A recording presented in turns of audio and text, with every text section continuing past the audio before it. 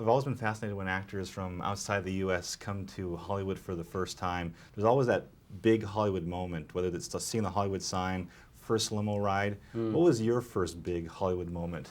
I mean, the first time I arrived in LA, which was about three years ago, and I wasn't there to work. I was just there to was promoting Shallow Grave at the time, and it's that first drive from the airport really through LA, because suddenly you're Steve McQueen in a movie or something. I was Steve McQueen. I spent a lot of my time being Steve McQueen. Well, what were some of the first big sights that you saw that made an impression on you? Well, there aren't any to see in LA. That's the weird thing. Once I was there for a while, I decided to go and drive and find. I thought I've seen all this billboards and stuff, but I better go and find LA. Where's LA? And that's it. It is that billboard, you know, low-level city. It's an incredibly weird place architecturally.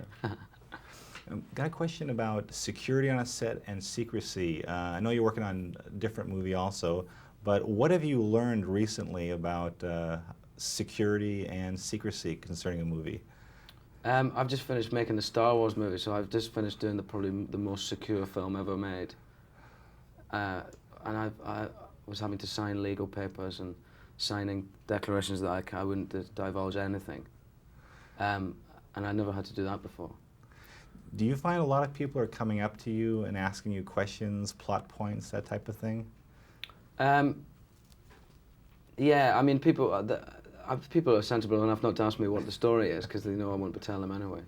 But generally, my friends and stuff just want to know what it's like, and I did as well.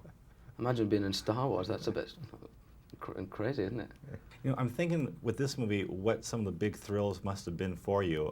Every time I've been to the UK, I notice the cars are kind of small. In this movie, you get to drive some of the biggest American cars ever made. Yeah, fantastic. I love that. That was another moment. The first time I was in LA, I rented a 1966 Buick Skylark convertible. It was the most beautiful car I've ever driven. And it's kind of from a young Scottish boy, it's America, it's Americana, it's the most beautiful car.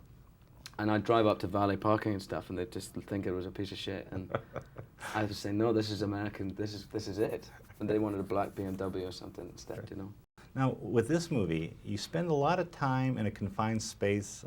With Cameron Diaz. Yes, it's not easy for me, I have to say. So what do you two talk about during those scenes?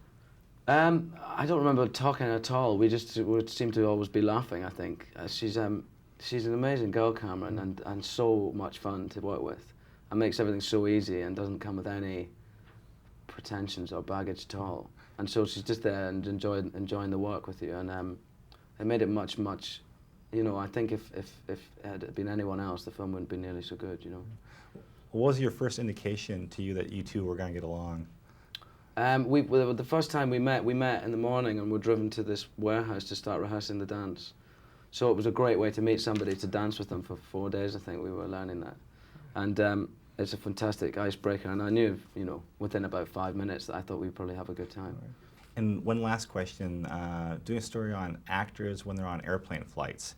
When you're on a really long airplane flight overseas and you have the seatmate from hell next to you, the person who just yap, yap, yap the whole flight, what kinds of things do you do to avoid that?